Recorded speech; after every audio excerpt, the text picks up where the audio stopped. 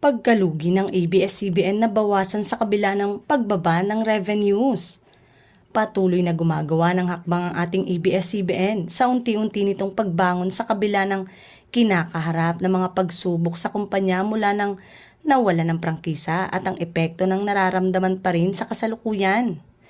Sa kabila ng pagbaba ng revenues, nagawa pa ring mabawasan ng Kapamilya Network ang pagkalugi nito ng 22% sa 2.6 billion pesos sa ikatlong yugto ng taong ito mula sa 3.3 billion noong isang taon. Ang revenues nito na kadalasan ay galing sa content production nito ay bumaba ng 10% sa 12.19 billion pesos mula January hanggang September. Habang bumaba rin ang gastusin o expenses ng 6% sa 15.2 billion pesos kung saan sumasalamin naman ito sa patuloy na pagsisikap sa paghahatid ng mga content nito sa streaming line operation.